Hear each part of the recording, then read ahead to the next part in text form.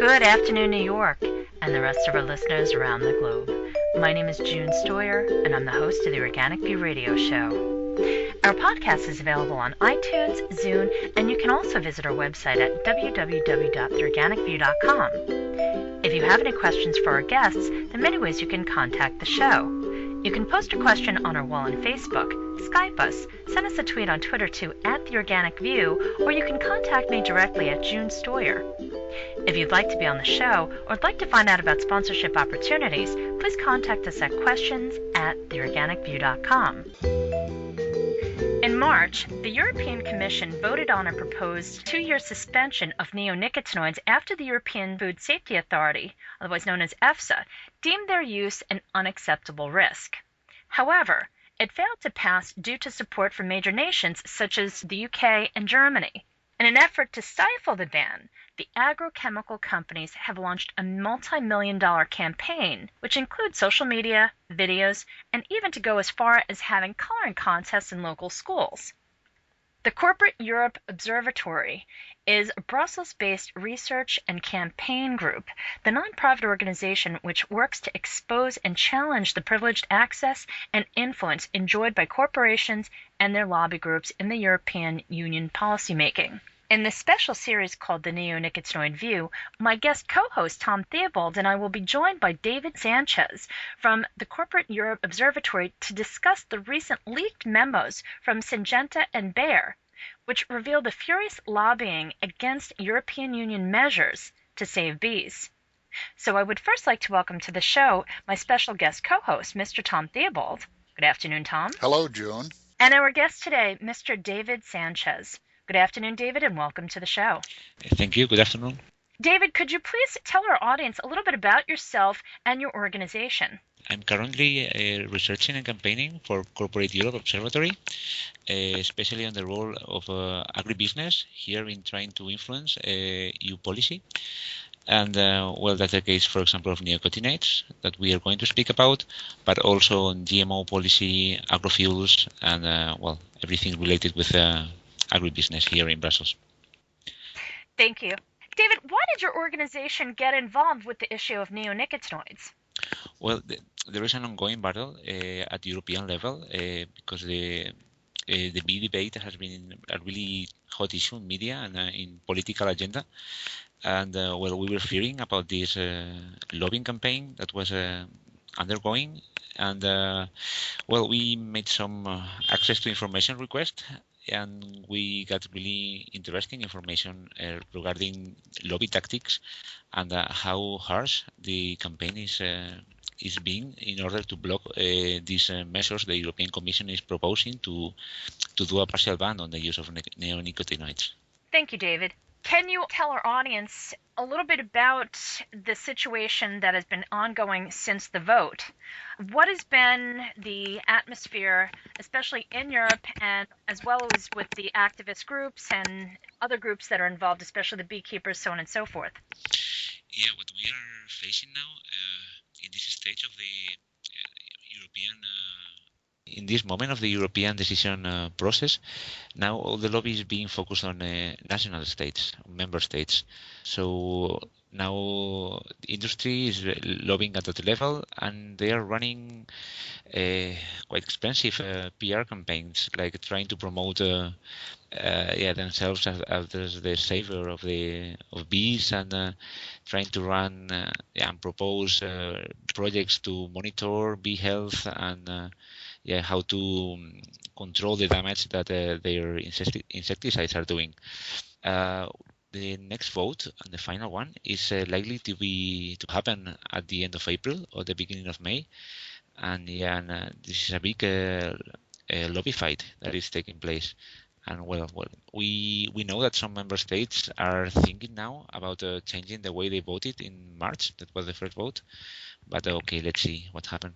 Here in the United States, we have something called the Freedom of Information Act that allows us access to things that otherwise they might not like to share with us. I'm curious how you were able to obtain these leaked correspondences and whether or not there's been any pressure applied on your group because you've revealed them. Well, we have the law here should be quite similar So we made this request. The only thing that was denied for us was the name of the people writing the letters. So there was a lot of things erased. But at least we can read the content, and we are able to publish it and expose it. We got an answer from Syngenta today, defending the right for freedom of speech, and the way they think they are legitimized to challenge decisions that the EU takes and that they think are not accurate. So yeah, we had access to several letters that either Syngenta and Bayer sent to the European Commission and member states, and also some correspondence between Syngenta and the European Food Safety Agency that is playing the role that the EPA is playing there, even threatening them to take legal action if they don't change the way their opinion was sent to media about the impacts of neonicotinoids on beets. So it's really aggressive lobby that we have found out thanks to this freedom of information request. David, could you share with our audience some of the detail of these memos to demonstrate just how serious their efforts are getting this proposed ban stifled? What we have found is that at the beginning they start they advocate, as they always do, on science-based decisions, but when the scientific regulators, in that the case of the European Food Safety Agency, give their opinion and they don't like it, then they start complaining about them, and they even threaten to take legal action. Syngenta had access to the press release that the Food Safety Authority was sending before it was sent, and they tried to change it, and they had been pushing a lot of pressure on the Food Safety Agency in order to change the messages that they are sending to media. When the director rejected to change the statement in the press release, Syngenta has been threatening to take legal actions against her and other people that didn't want to change the messages.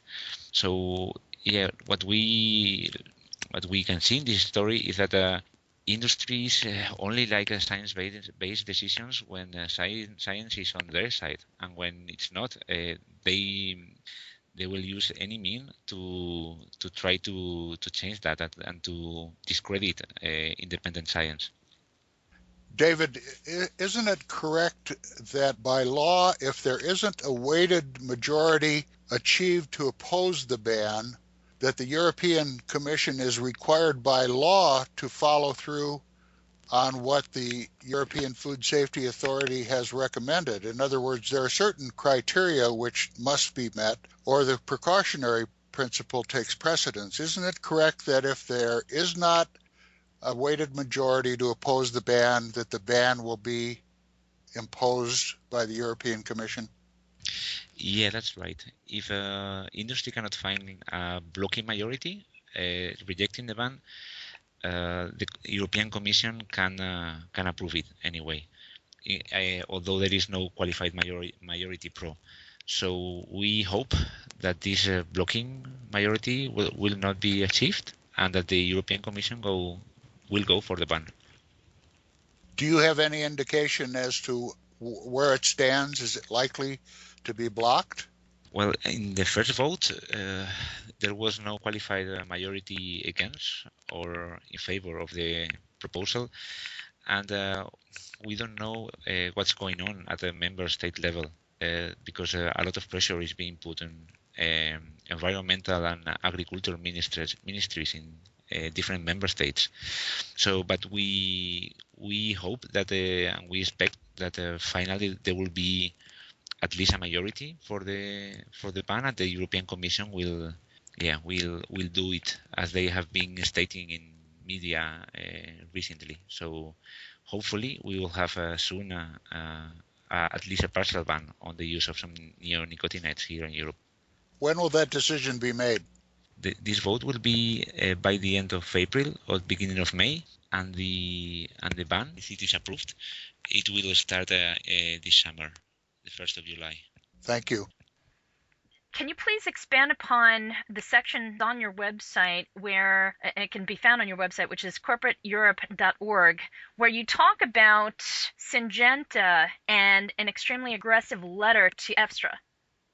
Yeah, what we had access to a series of letters interchange between Syngenta, a law firm, and the European Food Safety Authority, in which they were trying to change EFSA's press release before it was sent to media, because the European Food Safety Authority stated in their press release that these neonicotinoids were posing a risk to bees, and therefore some measures should be taken.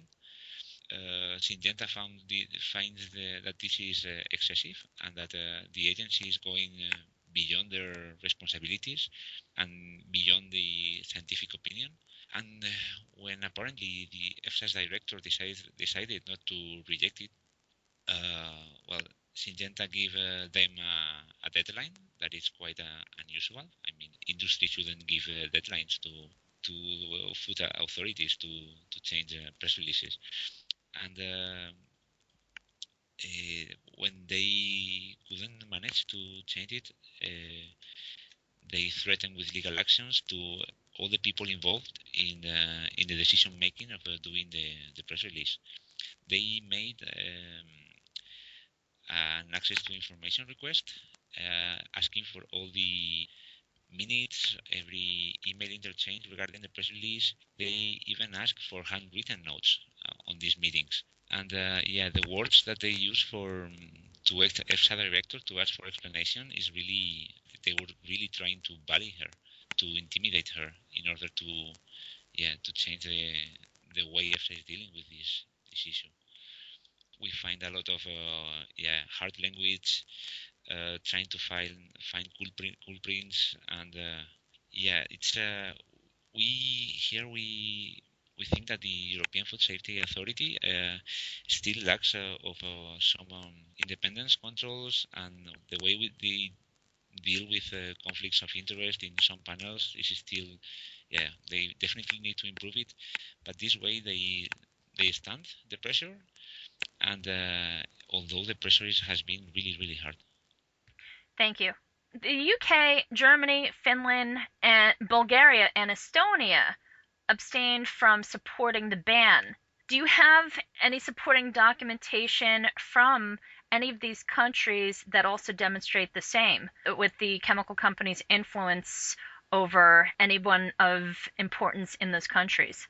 Well, we have not so much information about what has been going on in member states, but at the European level and also in member states media, there has been a really hard campaign, like a scaremongering campaign, advising of the heavy impacts that will have for Europe and for European agriculture in case these neonicotinoids are banned. They are industries promoting an industry-funded study that states that Europe would lose millions of euros if banning these neonicotinoids. They are claiming that the corn production would be relocated in other countries if farmers cannot use seeds treated with neonicotinoids. So the pressure is being really, really high, and they have the support of big farmer groups. So yeah, we expect that despite all of this, these countries such as Germany, for example, that they have a lot of votes and a lot of power in EU decision-making process, would still vote for the ban this time and not abstaining like they did in March. The alarm on crop failures and economic damage came primarily from a group called the Humboldt Forum for Food and Agriculture, which is an industry-funded agency. Could you comment on their recommendations? Yeah. Well, what the Humboldt Institute, that is a research institution that is funded by BASF, Bayer Crop Science, Nestle, and it's supported by some of the most important farming lobby groups, such as Copa Cogeca and the European Seed Association. They funded this research that claims that Europe could lose more than 70 billion euros over the next 5 years if these measures were applied regarding neonicotinoids. They claim that there are a big potential of yield losses in some crops, like 30% from sugar beet or 50% in maize. And all this data that Syngenta or Bayer are referring in their letters without saying the source. Finally, we found out that it was this industry-funded study that they are trying to promote also in media. So it's one of the classical lobby strategies of this scaremongering and economic losses if EU policymakers doesn't follow industry recommendations. The critics have charged that this study makes no allowance for the environmental damages being caused. Is that accurate?